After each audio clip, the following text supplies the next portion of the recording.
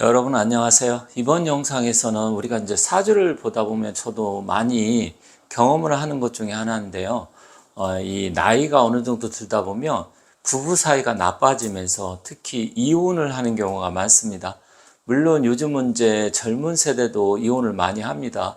그러다 보니까 이제 어떤 가족이라는 개념이 옛날처럼 아주 끈끈한 관계는 아닌데, 근데 사실 사주를 보다 보면 특히 여성 사주에서 이혼 확률이 굉장히 높은 것들이 있어요. 그래서 오늘은 여성 사주에서 이 세 가지가 있으면 거의 뭐 90% 이상, 많으면 뭐 95% 이상 이혼을 하는 경우를 제가 많이 봤고요. 또 실제로 사주 명리학에서는 굉장히 중요하게 생각하는 이 세 가지를 말씀드릴 테니까 혹시 제 영상을 보시면서 여러분들이 이 세 가지가 있다고 하면 남녀 사이, 뭐 부부 사이라든지 아니면 꼭 부부가 아니어도 애인 사이 좀 주의가 필요하고요. 또 궁합 볼 때 이런 게 있다고 하면 가급적이면 좀 주의가 필요하다 이렇게 말씀드리겠습니다. 그러니까 한번 어렵지 않게 제가 설명을 할 테니까 재밌게 한번 잘 봐주시면 좋겠습니다. 자, 그 전에 지금은 풍수 구운 시대, 구운 시대라고 말씀드렸잖아요. 이 구운은 기운적으로 화의 기운입니다. 그런데 이 화인데 불의 기운인데 이게 주역의 개상으로 보면 주역을 보면 개상을 이 리케입니다. 리케. 리라는 것은 분리, 분리라는 것은 헤어진다는 거죠. 그리고 이별, 이별도 역시 분리, 독립, 이별 이런 기운을 나타내요. 그래서 특히 이 풍수 구운 시대 24년부터 해서 43년까지는 가족이 해체. 그래서 이런 부분이 앞으로 더 강해질 것이다. 그래서 가족의 개념이 옛날만큼 끈끈하지는 않게 될 가능성이 높아요. 그러다 보니까 이런 기운 자체도 리케에서 분리, 이별 이런 기운이 강한데 내 사주팔자에 특히 여성 사주는 더욱더 중요한데 이 여성 사주팔자에 무엇이 들었을 때 주의를 해야 되냐? 첫 번째로는 편관과 정관, 편관과 정관이 막 보통 두 개에서 많게는 네 개까지 이렇게 겹쳐 있습니다. 이것을 관과 살이 혼잡이 됐다. 그래서 관살 혼잡 사주라고 합니다. 그런데 편관, 정관이 딱 두 개만 있을 때 지장간 속에도 막 있는 경우도 있고요. 두 개가 있는데 합의돼가지고 꽉 묶여 있을 때가 있어요. 그럴 때는 조금 구체적으로 그 전체 사주팔자를 잘 봐야 알 수가 있지만 일단은 묶여 있다 하더라도 어떤 운, 대운이나 세운에 왔을 때 그게 극을 받는다든지 아니면 충이 된다든지 또 다른 합이 된다든지 했을 때는 위험합니다. 그래서 우리 인체에 바이러스가 몸 안에 항상 있잖아요. 이제 면역력이 떨어지면 나타나고 그러는 건데 이런 기운을 갖고 있다. 특히 많으면 많을수록 해당 사항이 많아요. 왜냐하면 여성 사주의 편관과 정관은 남자를 나타냅니다. 물론 정관이 남편이라고 볼 수 있고 편관은 뭐 애인이라든지 아니면 편관이 하나만 있어도 남편으로 볼 수는 있는데 이런 분들은 대체적으로 남자의 운이 그닥 좋지가 않아요. 좋은 남자 만날 확률도 떨어지고 또 설령 만난다고 하더라도 남편하고 사이가 그닥 좋지가 않습니다. 그래서 만세력을 보면 편관, 정관 이런 게 나와 있어요. 그래서 그것을 보고 개수가 많으면 많을수록 여성사주에 불리하다. 두 번째로는 뭐가 있냐면 원진살과 기문간살이 있어요. 원진, 기문살이 있는데 원진과 기문살은 비슷한 것도 있고 약간 차이도 있는데 이 원진, 기문살이 많으면 일단은 이혼 확률이 높습니다. 왜? 원진이라는 건 원망하고 미워하고 싸우고 그런 부분이거든요.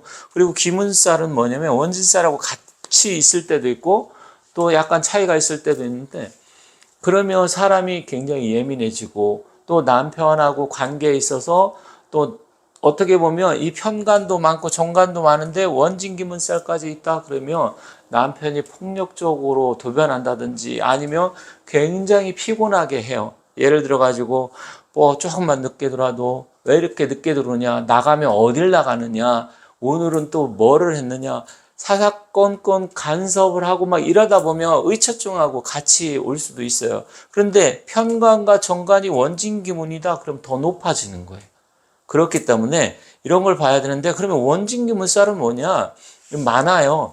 자미 원진도 있고 추구 원진도 있고 인미 기문관살, 인미 기문 인유 원진 뭐 이렇게 해가지고 또 자유 기문 뭐 이렇게 했는데, 그런 것은 좀 전문가한테, 아니면 뭐 저한테 상담을 하셔도 되고요. 전문가한테 이런 조건이 있다고 치면, 그렇지 않아도 지금 부부 사이가 요즘 조금 안 좋아졌다. 특히 올해가 갑진년이면 진이 들어오는데, 사주에 태어난 날에 이 해수가 있을 때 진에, 이게 바로 원진기문살이거든요. 올해 같은 경우 이 원진기문살에 진이나 해, 이게 원진기문이 되는 거예요. 그래서 내 사주에 해 갖고 태어났는데 진이 들어오든지, 아니면 진에 원진기문이 사주에 있는데 또 들어온다든지, 막 이렇게 몇 개가 겹치면 그렇게 되는 겁니다. 그래서 특히 올해 같은 경우는 태어난 사람이 예를 들어 가지고 이 원진 기문이 되려고 하면 이 화의 기운을 갖고 태어난 사람, 이 수는 여성한테는 관이기 때문에 그렇습니다. 그리고 이 진은 또 수의 기운을 갖고 태어난 사람한테는 관의 기운이어서, 그러니까 병정 아니면 임계일에 태어나신 분은 사주에 진과 해가 있으면 특히 올해는 더 주의를 하셔야 돼요. 그래서 이런 원진 기문관살이 있을 때 굉장히 안 좋아지고, 갑자기 사이가 좋다가 이상하게 다툼이 많아지고, 또 남편이 전에는 안 그랬는데 이상하게 간섭을 한다든지, 또 아니면 부인이 예민해져 있다라든지, 아니면 부인이 이상하게 외간 남자를 만난 느낌이 난다든지, 여러 가지로 나타납니다. 복잡해지는데, 어쨌든 이런 부분, 편관 정관이 많은데 또 원진기문살이 있는데, 또 이 편관 정관이 원진기문이면 확률이 훨씬 더 높아진다. 그리고 마지막 세 번째는 뭐냐면, 내 사주하고 남편 사주에 서로 태어난 일간 일주가 있는데, 일주라고 합니다. 일간 일주. 그러면 내 사주하고 배우자 사주가 서로 극을 받는다든지 충을 받는다든지, 충국 이랬을 때, 아니면 내 남편의 사주하고 나하고 원진살이 꼈다든지 이랬을 때, 즉 나는 만약에 자일날 태어났는데 남편은 유금이다. 그러면 이게 자유 원진기문살이거든요. 이렇게 되는 거예요.